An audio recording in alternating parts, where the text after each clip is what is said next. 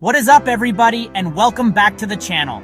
Get ready because today we are embarking on an absolutely insane journey to the other side of the world. We're going to South Korea, a country packed with so much incredible energy, mind-blowing food, and sights that look like they're straight out of a movie. This isn't your average travel guide. This is the ultimate South Korea bucket list. I'm talking about places so epic, so unforgettable, that you'll be booking your own flight before this video is even over. From sprawling megacities that touch the clouds to ancient kingdoms where history comes alive, and even a tropical island paradise that feels like a different planet. We're going to see it all. So buckle up, hit that subscribe button if you haven't already, and prepare for an adventure of a lifetime. Let's go. Our first stop is Seoul. And guys, this city is on another level. It's like stepping into a time machine that's constantly jumping between the 15th century and the year 2050. 1 minute, you're walking through the gates of Gyeongbokgung Palace, and you can almost hear the echoes of ancient kings and dynasties. The architecture is just stunning, with vibrant colors and intricate designs that have stood for centuries. But then, you turn a corner, and bam! You're staring up at the Lotte World Tower, a futuristic skyscraper that literally pierces the clouds. We explored the trendy streets of Gangnam, saw incredible fashion in Hongdae, and just soaked in the vibrant 24/7 atmosphere. Seoul isn't just a city, it's a living, breathing organism where ancient palaces stand proudly next to glowing skyscrapers. Next up, we hopped on a plane and flew south to a place that feels like a completely different country. Jeju Island. This place is South Korea's tropical paradise, and it is absolutely unreal. It's a volcanic island, which means the landscape is like something from another planet. We're talking massive lava tubes you can actually walk through, dramatic cliffs carved by ancient eruptions, and stunning black sand beaches. Our first mission was to hike up Seongsan Ilchulbong, or Sunrise Peak, a massive volcanic crater that rises straight out of the ocean. The view from the top at sunrise was one of the most incredible things I have ever seen.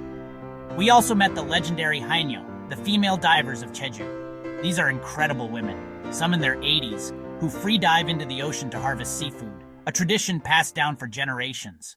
From the tropical paradise of Jeju, we traveled back in time to Jeongju, a city known as the Museum Without Walls. And they are not kidding. This entire place was the capital of the ancient Silla Kingdom, which ruled for almost 1,000 years. Instead of skyscrapers, the skyline is dominated by these giant grass-covered burial mounds, the royal tombs of Silla kings and queens. We visited the Bulguksa Temple, a masterpiece of Buddhist art and architecture nestled in the mountainside. The details here are just insane. But the best part was renting bikes and just riding through the city, discovering ancient pagodas, palace ruins, and stone carvings around every corner. Jeongju isn't a city you just see, it's a city you feel. All right, after all that history, it was time to hit the coast. Welcome to Busan, South Korea's second largest city, and a vibrant, bustling port with a totally different vibe. Our first stop was Haeundae Beach, one of the most famous beaches in the country. It's this huge stretch of perfect sand backed by a forest of modern skyscrapers. The contrast is just awesome, but you can't come to Busan and not go to the Jagalchi fish market. This place is an adventure in itself. It is the biggest fish market in Korea, and it is a complete sensory overload in the best way possible. We picked out some fresh fish, and they cooked it for us right there on the second floor. It was, without a doubt, the freshest and most delicious seafood I have ever eaten in my entire life. This next destination is completely different from anything else on our list. It's intense, it's surreal, and it's a place you will never, ever forget. We traveled to the border between North and South Korea to visit the DMZ, the Demilitarized Zone.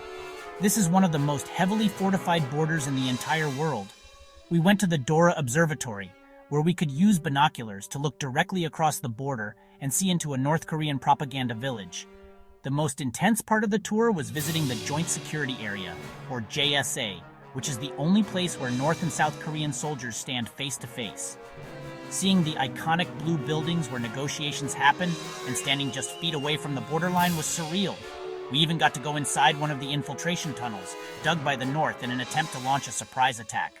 Visiting the DMZ isn't a fun or lighthearted trip, but it's an incredibly important and powerful one. After the intensity of the DMZ, we needed to find a place that felt peaceful and timeless. So we traveled to Andong, a city known as the spiritual and cultural heart of Korea. Our main destination here was the Andong Haho Folk Village, a living village where people still reside in traditional Joseon Dynasty-era houses. This isn't a theme park. It's a real community that has preserved its way of life for over 600 years. Walking through the narrow, unpaved lanes, surrounded by these beautiful thatched roof and tiled roof houses, felt like we had literally stepped back in time. Andong is also famous for its traditional mask dances, the Haho Byosingut Talnori. We got to see a live performance, and it was incredible. The performers wear these amazing, expressive wooden masks and tell stories of satire and ceremony that have been passed down for centuries. And of course, we had to try the local specialty, Andong Jimdak, a savory braised chicken dish that is famous all over Korea. Andong gave us a deep appreciation for the traditions and customs that form the backbone of Korean culture. For our final destination, we saved an adventure that would push us to our limits and reward us with the most breathtaking views in all of South Korea. We went to Seoraksan National Park. This place is an absolute masterpiece of nature. We knew we had to hike to the top, so we took on the challenge of climbing to Ulsanbawi Rock. The hike was intense, I'm not gonna lie. It involved a lot of stairs, like a lot of stairs, built right into the side of the mountain, but every step was worth it. When we finally reached the summit of Ulsanbawi, we were literally above the clouds, looking out over an endless sea of jagged peaks. The feeling of accomplishment and the sheer beauty of the landscape was overwhelming. It was the perfect, epic conclusion to our South Korean adventure. Seoraksan reminds you just how powerful and awe-inspiring nature can be. And that is a wrap on our insane adventure through the 7 best destinations in South Korea. From the futuristic streets of Seoul to the breathtaking peaks of Seoraksan, this country completely blew my mind. Each place was so unique, so full of its own energy and story. We saw it all: history, nature, culture, and adventure. This journey was more than just seeing cool places. It was about experiencing a culture that is both deeply traditional and incredibly forward-thinking. Now, I want to hear from you guys. Out of all the places we visited, which one are you adding to your bucket list first? Are you ready to hike the mountains of Seoraksan, explore the history of Gyeongju, or eat your way through Busan? Let me know down in the comments below.